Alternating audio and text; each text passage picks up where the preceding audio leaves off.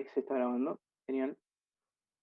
El nexo entre lo que ustedes vienen viendo y Gary Becker y Buchanan es doble, ¿no? Por un lado tenemos que ustedes, por ejemplo, este martes anduvieron viendo un paper sobre la Revolución Gloriosa, que es un paper que bajo mi punto de vista está genial, está buenísimo, porque agarra, digamos, una situación histórica particular y aplica teoría de juegos, me parece, ¿no? La relación entre el rey y los súbditos. Van a haber varios papers más de este estilo.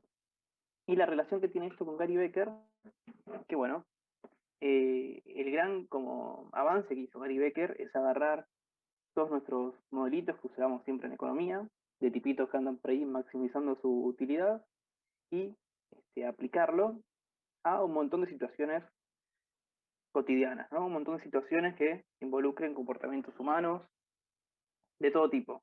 ¿Okay? Entonces, esta es la relación que tiene lo que ustedes vienen viendo con Gary Becker. Y con James Buchanan, lo que hace Buchanan está súper relacionado con lo que hace Becker. En particular, Buchanan va a agarrar este impulso que da Becker a raíz de su tesis doctoral y papers que fue publicando, y lo va a aplicar a la teoría política. En particular, lo que vamos a ver nosotros es lo que Buchanan abrió, digamos, como un portón enorme a lo que es la teoría económica de las constituciones. Es el capítulo 6 de su libro, que está bueno, si lo quieren leer, está buenísimo. Pero bueno, vamos a ir arrancando. Esperen que corra una barra que me está molestando. Perfecto. ¿Se ve bien, no, la pantalla esta? ¿Y se me escucha bien? Sí. Sí, perfecto. Sí. Sí, se escucha bien. Gracias. Creo que tengo el volumen un poco bajo. A ver si está bajo. Esperen un segundo. Pero no me está dejando subir el volumen. A ver.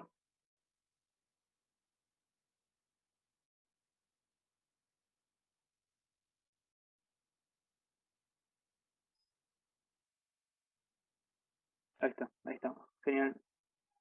Bueno, de Gary Becker, todos sus papers académicos y demás se pueden como medio resumir súper sintéticamente en esta frase, ¿no?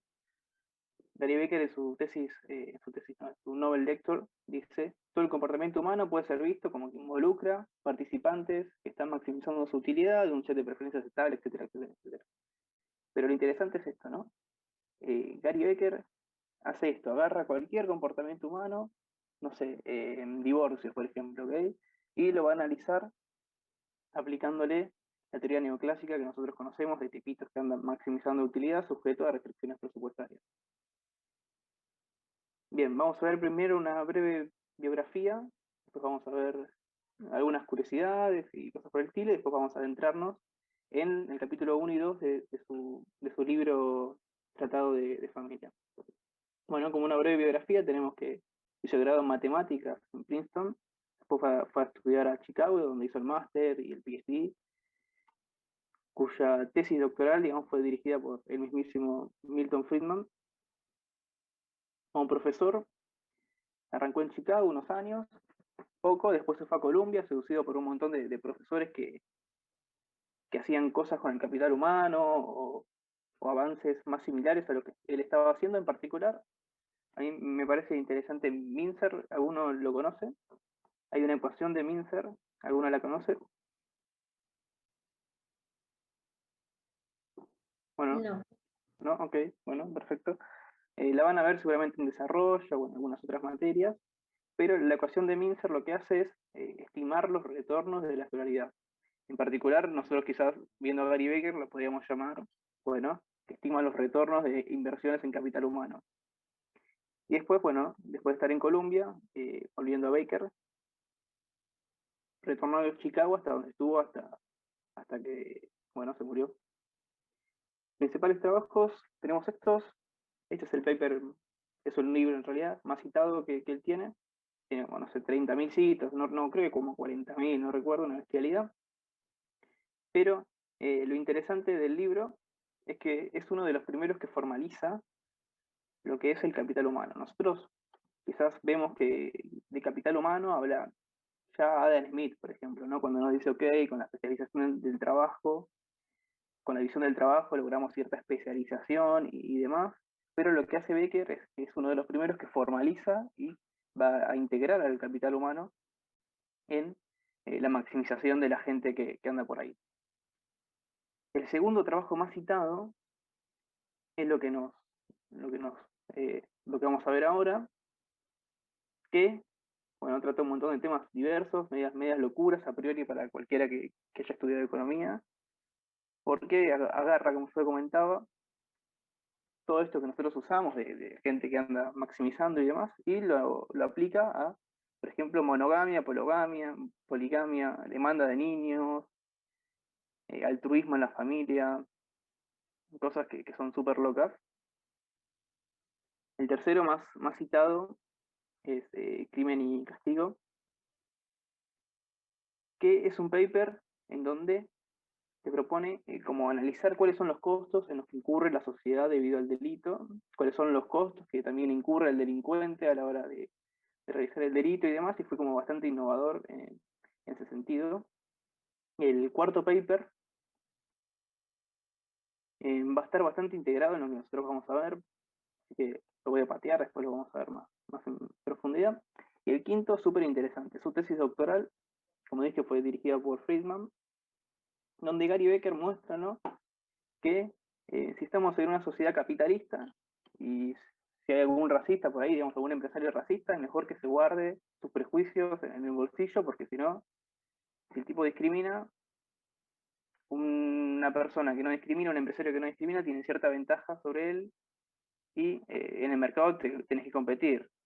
Si vos no competís y estás discriminando, estás dando ventaja, digamos, como al contrario, y vas a quedar eliminado del mercado y cosas por el estilo. Es un libro en realidad que está bastante bueno, si alguno lo quiere leer, lo puede leer. Bueno, esto lo vamos a saltear. Bien, tenemos que obtuvo el Nobel por haber extendido el dominio del análisis microeconómico en amplio rango de comportamiento y la interacción humana, incluyendo comportamiento de no mercado.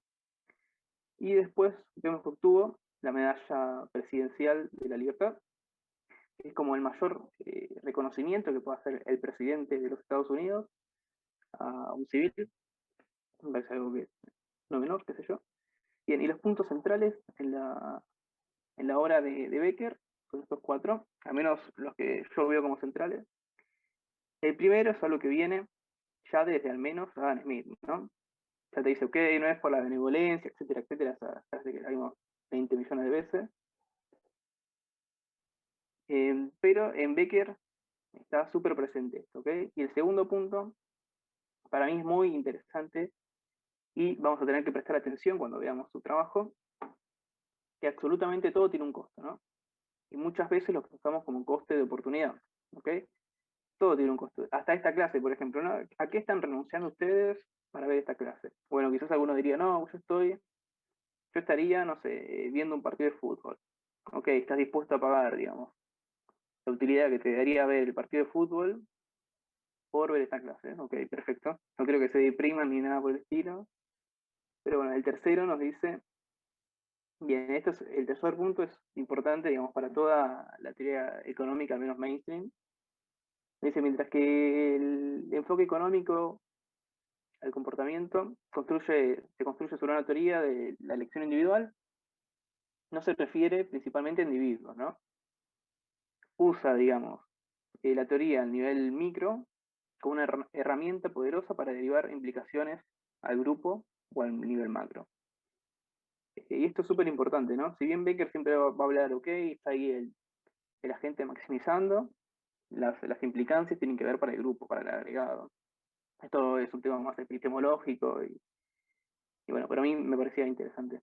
Y el cuarto es focus, ¿no? Poner énfasis en microdata y el análisis de problemas sociales. Tiene que ver con que, bueno, siempre Gary Becker busca testear, digamos, todos las implicancias y conclusiones que obtiene. Curiosidades, tenemos que es miembro de la Montpellier, que fue miembro, perdón, de la Montpellier Society, y fue asesor de la única incursión en política que tuvo, que fue asesor del senador republicano Robert Dole, en su campaña presidencial. ¿Alguno sabe qué fue la Monpelier Society?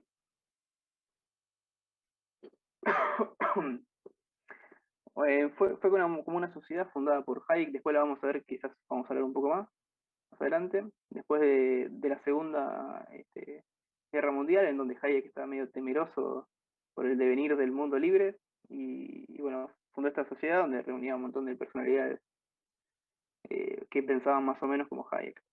Entre las que estaba, por ejemplo, Friedman o después Becker, o creo que Stigler también. Bien, y acá vamos a arrancar con el Tratado de Familia, los dos capítulos que nos competen. Y acá Becker nos va a decir como que fue su mayor desafío intelectual, ¿no? Escribir este libro. ¿Y por qué, no? Bueno, porque en este libro yo lo seleccioné particularmente porque eh, a modo de dar un ejemplo, ¿no? De lo que dije al comienzo, ese fue como el principal motivo por el que lo seleccioné, para dar un ejemplo de más o menos cómo es que Becker aplica la teoría económica a cosas raras, ¿ok? Pero en particular elegí este porque es como que es medio integrador de trabajos pasados de Becker. Becker, por ejemplo, tiene trabajo sobre capital humano, que en este libro lo integra con el de asignación del tiempo, ¿ok? Y así con varios más. Bien, empecemos. Vamos a ver tres modelitos que él presenta, desde el más sencillo al más difícil. Le vamos a ir agregando cositas hasta sacar las conclusiones. Y en particular, lo que le preocupa a Becker en estos dos capítulos es un libro que él escribió en los 80, ¿no? Y él dice, ok, ¿cómo puedo yo predecir, cómo puedo yo explicar desde la micro, desde mis modelitos, cómo puedo yo explicar el incremento de la participación laboral de la mujer, ¿ok? En los últimos 35 años. Es algo que es súper relevante y Becker lo va a intentar explicar y lo va a intentar predecir desde algo que nos es súper cercano a nosotros, ¿no? De gente que anda maximizando utilidad. Y bueno, este es nuestro modelito clásico de microeconomía. Algunos se anima a explicarlo, alguno que le guste la micro, que diga, yo lo explico.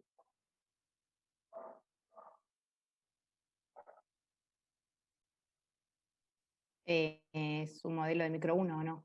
Claro, ese Que hay mismo. que armar el lagrangiano. Claro. Sí, sí, sí. Que vos tenés una utilidad, que es lo que vos querés consumir en una canasta de bienes, con n bienes sería en este caso, y tenés un ingreso que tenés que dividir por el precio y las cantidades de todos los bienes que vos querés comprar. Claro, Y tal bueno, cual. nada, tenés que hacer que tu ingreso satisfaga esas necesidades dentro de tus límites, digamos. Claro, tal cual. Como dice la compañera, muchas gracias. Tenemos ahí un tipito que anda maximizando utilidad, sujeto a una restricción presupuestaria y lo que comentó la compañera. Y en particular, lo que nos va a interesar más a nosotros, y tenemos que hacer énfasis y prestar atención, ¿no? Es en nuestra restricción presupuestaria. En este modelo no, pero en el siguiente va a ser súper relevante y de ahí se van a derivar muchas implicancias y muchas conclusiones que Becker saca. Bien, y ahora el modelito se complejizó un poco, ¿ok? Ahora tenemos una restricción temporal, ¿no? Es lo que él presenta, digamos, en su paper de asignación del tiempo, pero acá, además de lo que dijo la compañera, de tener una cesta una canasta de consumo, ahora también vamos a tener que el tipito va a realizar diferentes actividades que le van a dar utilidad, ¿ok? Entonces, a la restricción presupuestaria anterior se le va a sumar esta restricción temporal en particular, va a tener como una dotación de tiempo que va a asignar o a tareas de mercado o a laburar, básicamente, o a otras tareas que le divierten, ¿ok? No sé, va al parque o mira Netflix, qué sé yo. ¿Ok? Y esta restricción presupuestaria va a ser súper importante porque en la hoja siguiente vamos a empezar a hacer derivaciones. Ustedes quizás vean un poco de matemática, pero lo interesante en sí es la conclusión que vamos a llegar al final. Pero a mí me parece interesante hacer el desarrollo matemático para que veamos un poquito. Bien, y acá tenemos, ¿no? miremos primero la primera ecuación que tenemos acá. ¿Qué es esto? Este es nuestro famoso ingreso, ¿no? Miremos que este es el salario, es lo que el tipito recibe por trabajar, por las horas que trabaja, más otro ingreso que creo que se llama ingresos de propiedad. Y sobre esto es lo que el tipito va a gastar, ¿ok? Esta es su canasta de consumo, es lo que veíamos acá, pero agregado nuestra restricción de consumo temporal. Perdón, de tiempo. Bien. Y ahora lo que vamos a hacer es introducir en esta restricción de ingreso, vamos a introducir la restricción temporal. Particular, ¿no? Esta era nuestra restricción temporal, uy, marqué todo. Bueno, despejamos de esta manera, la introducimos acá, lo que nos queda expresado de esta manera, y la expresamos acá. Bien, y acá es lo primero que tenemos que prestar un poco de atención a esta ecuación de acá, ¿no? Recordemos que esto es como el ingreso monetario que tiene la gente. Entonces, bien, el ingreso monetario que tiene la gente va a venir dado por el salario que el tipo recibe, por la dotación del tiempo que tiene, menos, ¿no?, el salario que el tipo, digamos, gana en el mercado, menos el tiempo que asigna a otras actividades. Y esto, ¿no?, surge básicamente de nuestra restricción temporal. Miremos que si la gente, esta T está fija, ¿no?, es una dotación de tiempo, 24 horas, por ejemplo. Vemos que si la gente, no lo puedo marcar, bueno, gasta tiempo en otras actividades, más tiempo gasta en otras actividades, necesariamente va a tener que gastar menos tiempo en tareas que le den ingreso, ¿ok? Entonces, funciona como el costo de oportunidad de trabajar, ¿ok? Cuando el tipo tiene ocio, está renunciando, cuando el tipo va al parque, por ejemplo, está renunciando a una hora de trabajo, por lo tanto es como que está dispuesto a perder el salario que hubiera ganado si hubiera trabajado. Ahora lo vamos a ver mejor. Bien, entonces tenemos que el ingreso total de la gente, considerando nuestra restricción temporal, va a venir dada por esta ecuación de acá. ¿Y cómo es que el agente va a gastarse todo este ingreso?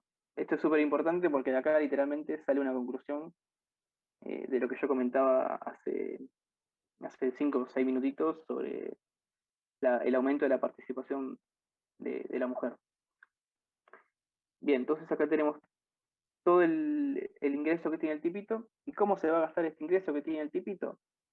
Bueno, lo va a gastar o en bienes de consumo, ¿no?, por los que paga un precio P, o los va a gastar en ir al parque o en hacer otro tipo de actividades que no le dan ingreso, ¿ok?, por las que paga un precio W.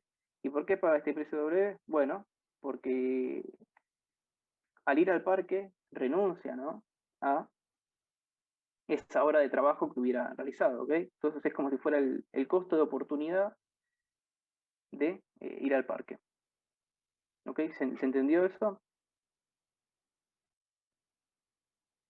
Sí, no sería, perdóname, por ahí lo entiendo mal, ¿no sería al revés, que sería el costo de oportunidad de no trabajar? Claro, sí, sí, sí, por eso, de ir al parque, dije yo, de ir Claro, a hacer otras tareas. listo, perfecto. Genial, bueno. Emanuel, ¿Alguien? Sí, perdón, habías dicho que la actividad de ocio tiene como precio el salario que dejo de percibir, ¿no?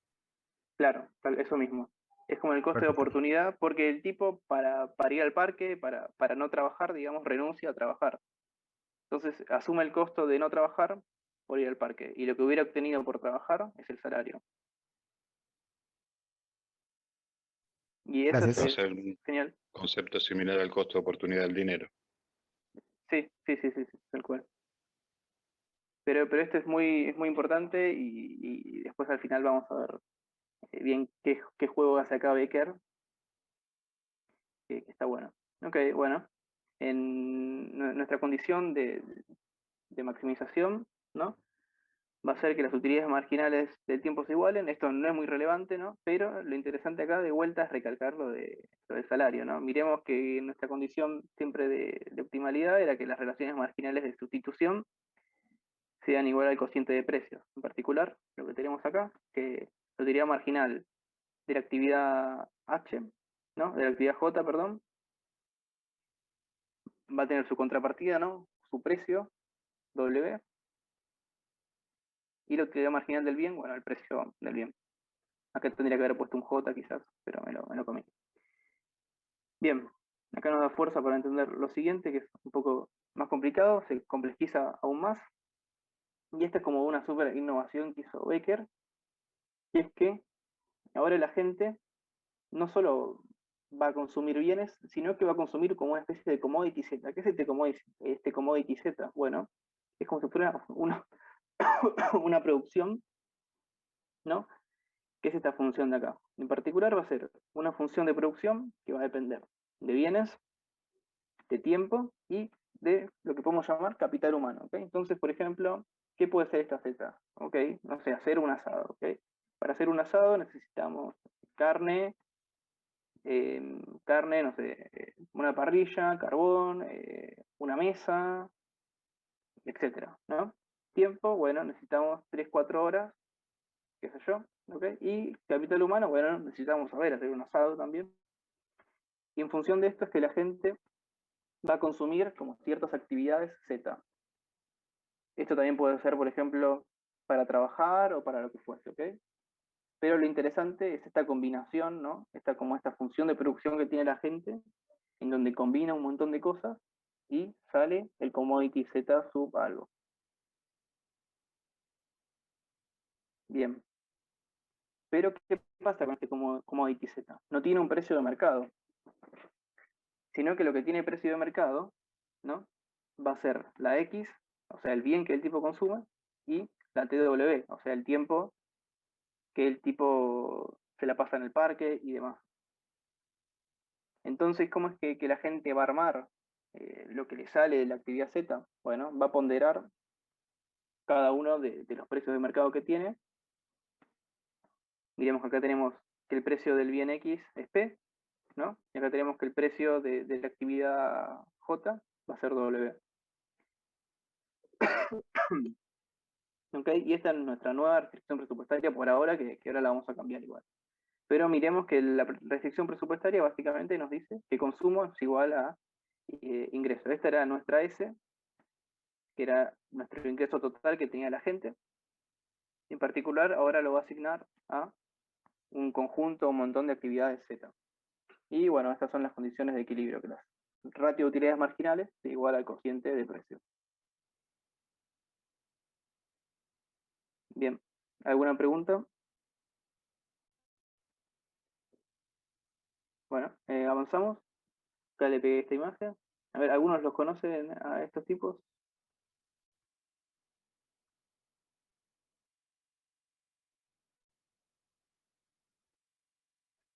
Bueno, este es Heckman. No, Mariano, estabas ¿Becker hablando. no es el de corbata a rayas más larga? ¿Este decís? No, el de corbata a rayas. Rosa. No, a rayas, corbata a rayas. Ah, este es Becker. Sí, sí, es Becker. Sí. Bien, bueno, acá está Robert Lucas, no sé si lo tenían. Después este es Roger Myerson, hace mucho de diseño de mecanismos, también tiene papers buenísimos de Orga, editorial de juegos, y este es Heckman, es un tipo que son 4 Nobels, ¿no? Es un tipo que se dedica a econometría y sesgo de selección y demás, cosas súper modernas. Bien, avanzando, ahora el modelito 3, en donde teníamos esa función de producción, lo vamos a complejizar aún más. Vamos a hacer que el tipito consuma a través del tiempo, ¿ok?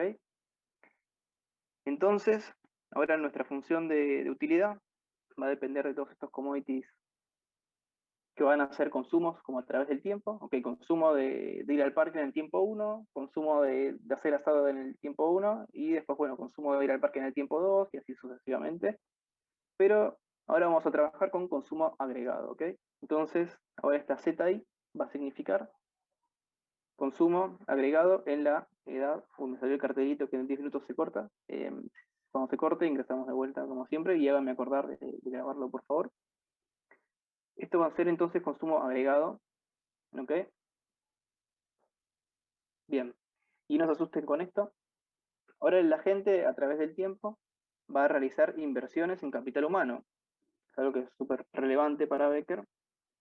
¿Okay? Y en particular, esta H sub J, ¿okay? Va a ser el stock de capital humano, que va a ser igual al stock de capital humano que tenía en el periodo anterior, descontado una tasa de depreciación, ¿ok?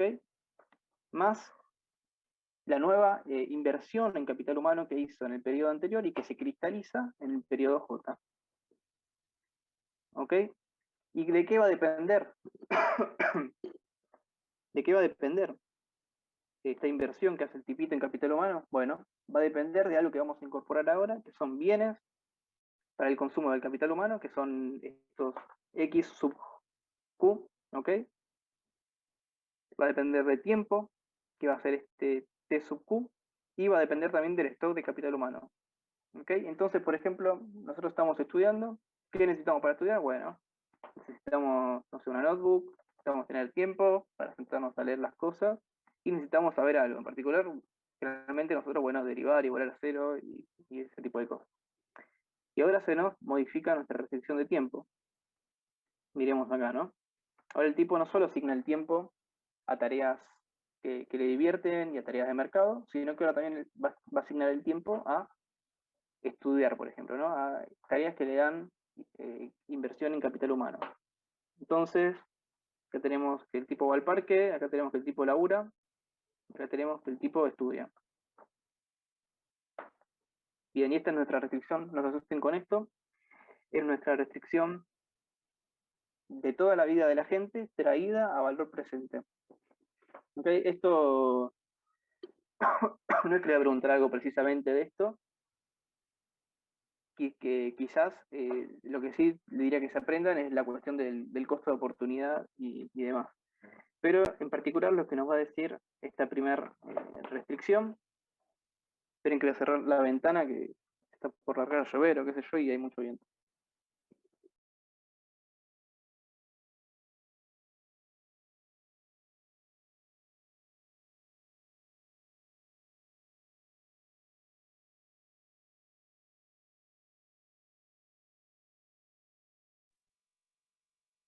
Bueno, ahí estoy.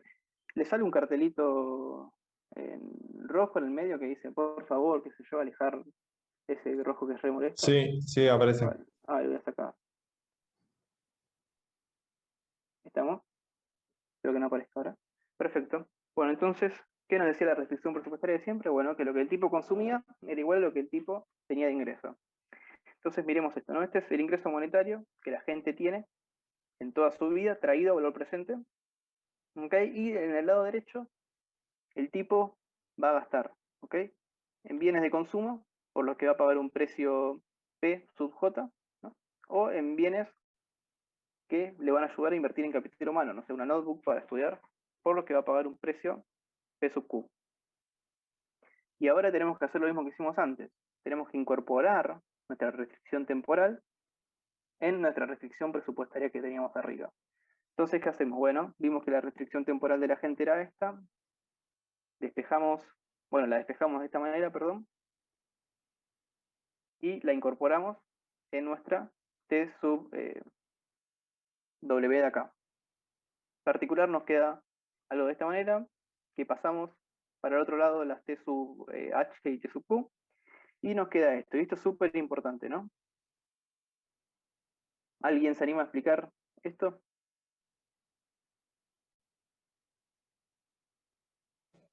Supongo que el lado derecho son, digamos, los ingresos y la riqueza inicial, que es igual a W, que tiene que ser igual a todo lo que el tipo gasta, sumado a los costos de oportunidad, traído todo a valor presente. Tal cual, perfecto. Como dijo acá el compañero, tenemos que del lado derecho tenemos el ingreso, en el lado izquierdo tenemos lo que la gente gasta.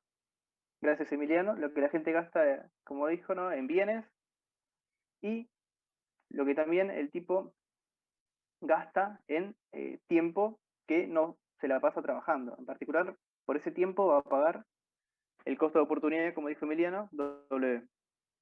¿Ok? Entonces es súper importante que sepamos que el costo de oportunidad de no trabajar va a ser el salario que recibiría si hubiera trabajado. ¿Alguna pregunta sobre esto? Bueno, podemos ir avanzando. Bien. Entonces tenemos que el tipito va a maximizar su función de utilidad agregada, ¿no? Que va a estar sujeta a su restricción de riqueza, de riqueza total, que es la que vimos arriba, a su función de producción y a la evolución del salario, que eso me comí de decirlo. ¿Dónde es que está? Bien, acá, perdón. El salario del tipito va a ser una función que va a depender del capital humano que el tipito tenga. ¿Okay? Cuanto más capital humano la gente tiene, más salario tiene. Si es creciente o decreciente, después lo vamos a ver. Va a ser algo que Becker va a intentar definir al menos para ver los retornos del salario. Y entonces tenemos que en el óptimo, el costo marginal de invertir en capital tiene que ser igual al retorno marginal. Eso no es algo que nos interese mucho a nosotros. Bueno, acá tenemos más tipos.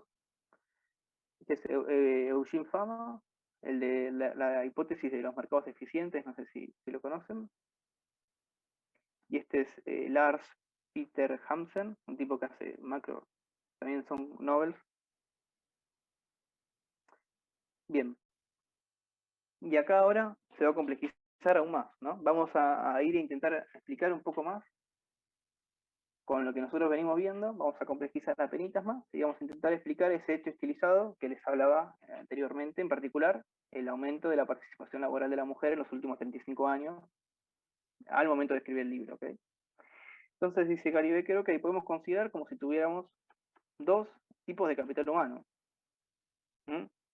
Y ahora lo que estamos viendo en sí es un hogar, ¿ok? Entonces, en particular, como que el consumo va a depender, digamos, de bienes y va a depender ahora también de tareas como del hogar o, yo no sé si diría tanto del hogar, pero diría tareas como si fueran de no mercado que a la gente le da utilidad también.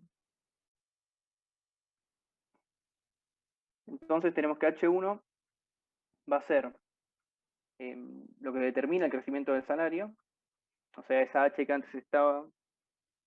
¿Tengo una pregunta? Ah, no, ya estaba antes. En esa H que dependía del salario, y esta H2 que va a estar relacionada con el capital humano que el tipo invierte en el hogar.